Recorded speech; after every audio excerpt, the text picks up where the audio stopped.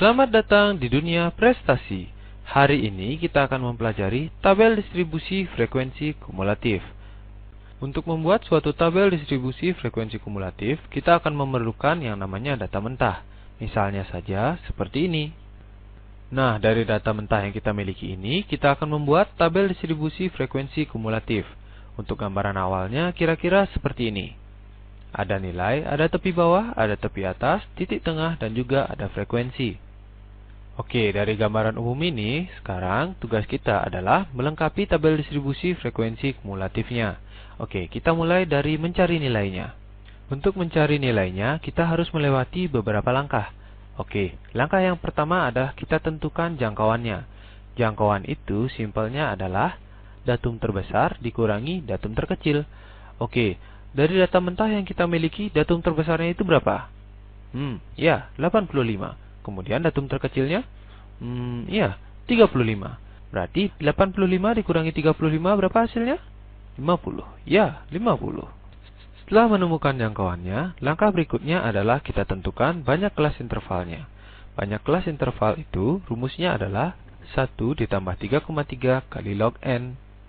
Perhatikan bahwa n itu mewakili banyak datum yang ada pada data mentah kita, sehingga kita tahu bahwa datumnya itu berjumlah 40 buah. Sehingga banyak kelas intervalnya itu akan menjadi 1 ditambah 3,3 kali log 40 akan menghasilkan 1 ditambah 3,3 kali 1,6. Maka banyak kelas intervalnya itu adalah 6,28. Perhatikan bahwa data mentah yang kita miliki itu nilainya teliti hingga satuan.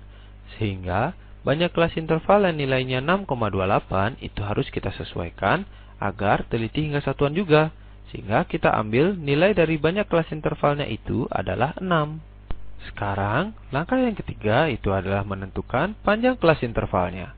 Panjang kelas intervalnya itu dapat kita temukan dengan membagi jangkauan dengan banyak kelas interval. Oke, kita tahu nilai jangkauan itu adalah 50 dan banyak kelas intervalnya adalah 6. Sehingga kita dapatkan 50 dibagi 6 itu nilainya 8,33. Oke, karena panjang kelas interval itu kita harus sesuaikan juga dengan ketelitian dari data mentah kita, yaitu satuan. Maka kita dapat mengambil nilai dari panjang kelas intervalnya itu adalah 9. Oke, setelah kita menentukan banyak kelas interval dan juga panjang kelas intervalnya, langkah yang berikutnya adalah kita susun batas-batas kelas interval atau nilainya. Oke, banyak kelas intervalnya itu berapa? Ya, 6. Berarti ada 6 kelas. Kelas pertama, kelas kedua, kelas ketiga, kelas keempat, kelas kelima, dan juga kelas keenam. Kemudian dalam satu kelas itu panjangnya berapa? Ada 9. Berarti di dalam satu kelas itu akan ada 9 nilai. Kita mulai dari datum terkecil. Berarti 35, 36, 37, 38, 39, 40, 41, 42, dan 43. Nah, perhatikan bahwa ada 9 nilai di dalam kelas pertama. Kemudian, yang berikutnya yaitu di kelas kedua, berarti kita mulai dari 44. Berarti di kelas kedua itu ada 44, 45, 46, 47, 48, 49, 50, 51, dan juga 52. Oke. Kita akan melakukan cara yang sama untuk kelas ketiga, kelas keempat, kelas kelima, dan juga kelas keenam. Sekarang, perhatikan bahwa ke-9 nilai yang ada pada masing-masing kelas itu dapat kita tulis dengan cara yang lebih mudah, yaitu dengan membuat interval. Misalnya saja, pada kelas pertama, kita dapat membuat intervalnya 35 sampai 43. Kemudian, pada kelas kedua, kita dapat membuat intervalnya 44 sampai 52.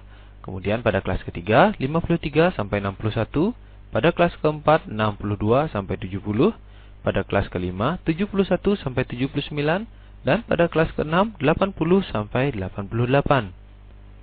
Sekarang kolom nilai kita sudah lengkap. Kolom berikutnya yang akan kita isi adalah kolom tepi bawah dan juga tepi atas. Oke, tepi bawah dan juga tepi atas itu sebenarnya cukup mudah untuk dikerjakan, terutama jika kita tahu aturan-aturannya, di mana dalam mengerjakan tepi bawah dan tepi atas itu aturannya adalah sebagai berikut. Data teliti hingga satuan, maka tepi bawahnya sama dengan batas bawah dikurangi 0,5 dan tepi atasnya sama dengan batas atas ditambah 0,5. Berikutnya, datanya teliti hingga satu tempat desimal. Maka tepi bawahnya sama dengan batas bawah dikurangi 0,05 dan tepi atasnya sama dengan batas atas ditambah 0,05. Dan aturannya ketiga, jika datanya teliti hingga dua tempat desimal, tepi bawahnya itu sama dengan batas bawah dikurangi 0,005, tepi atasnya sama dengan batas atas ditambah 0,005. Oke, sekarang perhatikan data mentah yang kita miliki. Ada yang berisi koma tidak? Tidak ada, bukan? Maka dapat kita simpulkan bahwa data kita itu teliti hingga satuan. Berarti kita akan menggunakan aturan yang pertama. Nah, kalau kita menggunakan aturan yang pertama, berarti tepi bawah itu adalah batas bawah dikurangi 0,5. Batas bawah itu yang mana? Yang ini. Kita tinggal kurangi 0,5 saja, maka kita akan dapatkan tepi bawahnya adalah sebagai berikut.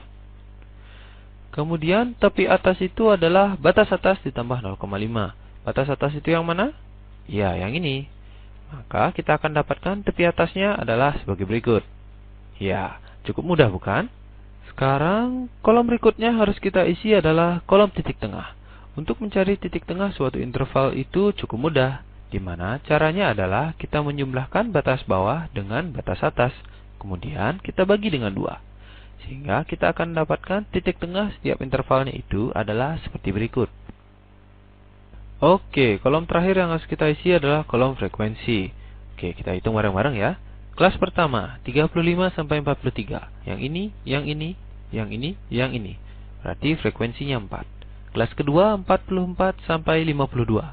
Yang ini, yang ini, yang ini. Frekuensinya 3. Kemudian, kelas ketiga, 53 sampai 61. Yang ini, yang ini, yang ini, yang ini. Frekuensinya 4. Kemudian, kelas keempat, 62 sampai 70. 1, 2, 3, 4, 5, 6, 7, 8, 9.